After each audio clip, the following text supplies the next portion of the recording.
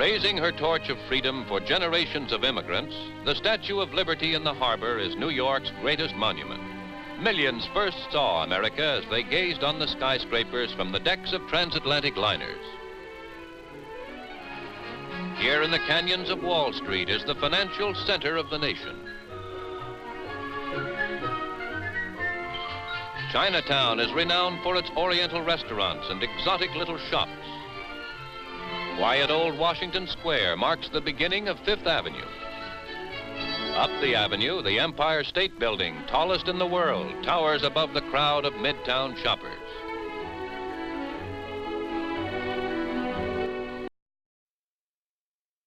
Ever since the conception of America, the American dream has persisted as a primary and essential element of the country. Since the golden age of the American dream in the 1930s and 40s, many have begun to believe that the American dream is not accessible in the country's current state. With greater separation between the people and the government, the American dream has suffered, along with the people hoping to grasp it.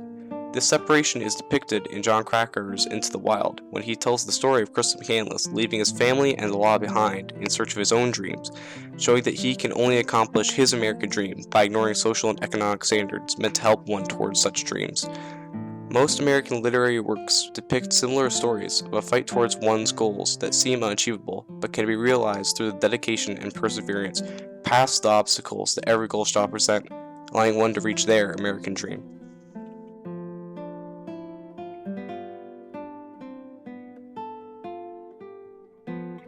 So what is your definition of what it means to be an American? Ooh, that's a great question.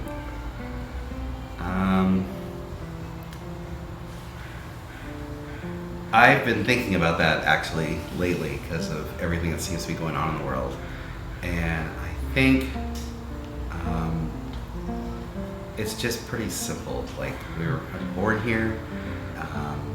I have family that wasn't born here that has moved here and has become American. And it's just about a common belief in that everybody can belong and that everyone can work together, and what used to be a way to communicate even when you didn't agree, you could still work towards together for the common good. And I feel that that's a little lost right now, but I feel like that's more what America means to me. So what is your definition of what it means to be an American? Ooh, that's tricky.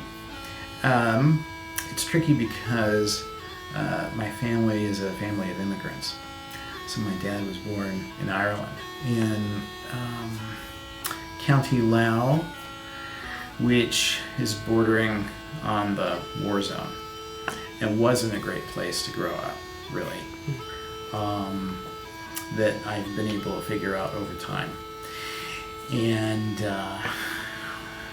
for me, being an American means fulfilling your dreams and doing what you are prone to do, what you like to do. And that's what I've been doing for my job since 1994 full time.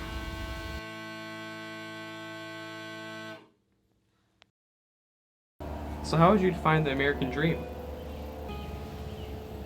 You know, you're really spoiled when you grow up here, because the American dream is any dream you have. When you grow up somewhere else, the American dream is something that you can't do in your own country.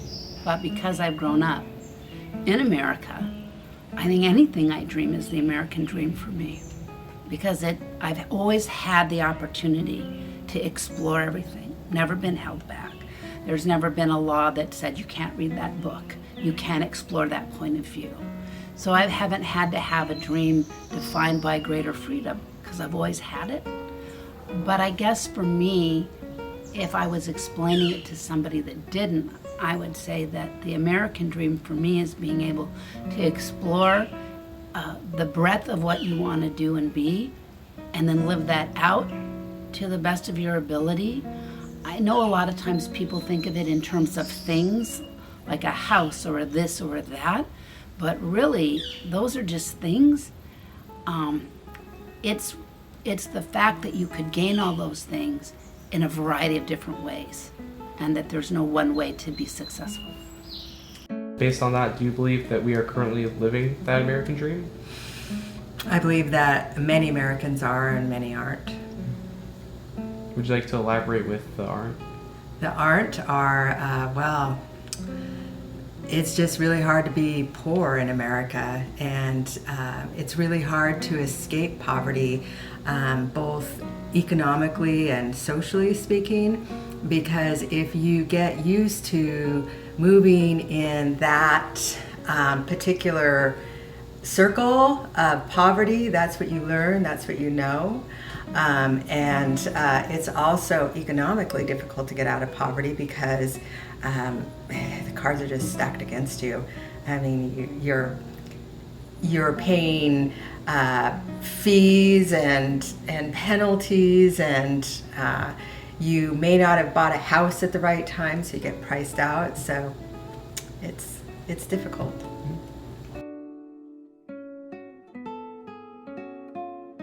So how would you define the American dream?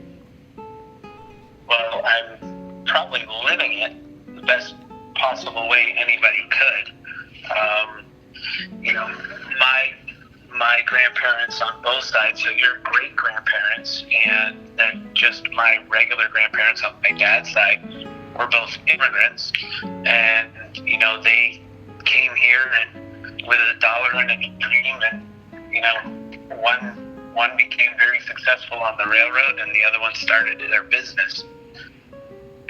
Neither of them spoke English, so, for them to be able to pass on that dream to the next generation, which then passed it on to me, and now, I consider myself somewhat successful.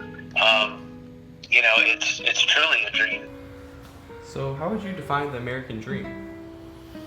Well, I was raised to believe that meant quite literally I could be anything I wanted to be. And I think that still is the dream. I think people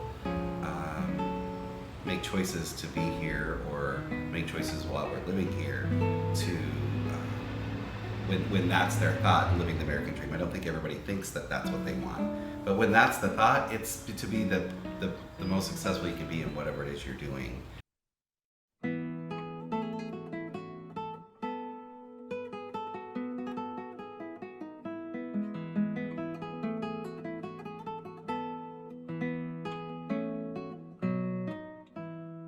The concept of the American dream has been the foundation for the country since its conception. Seeking a new life, full of opportunity, is possible for all people, as seen in Joe Rand's ability to grow from an impoverished family to a globally recognized athlete.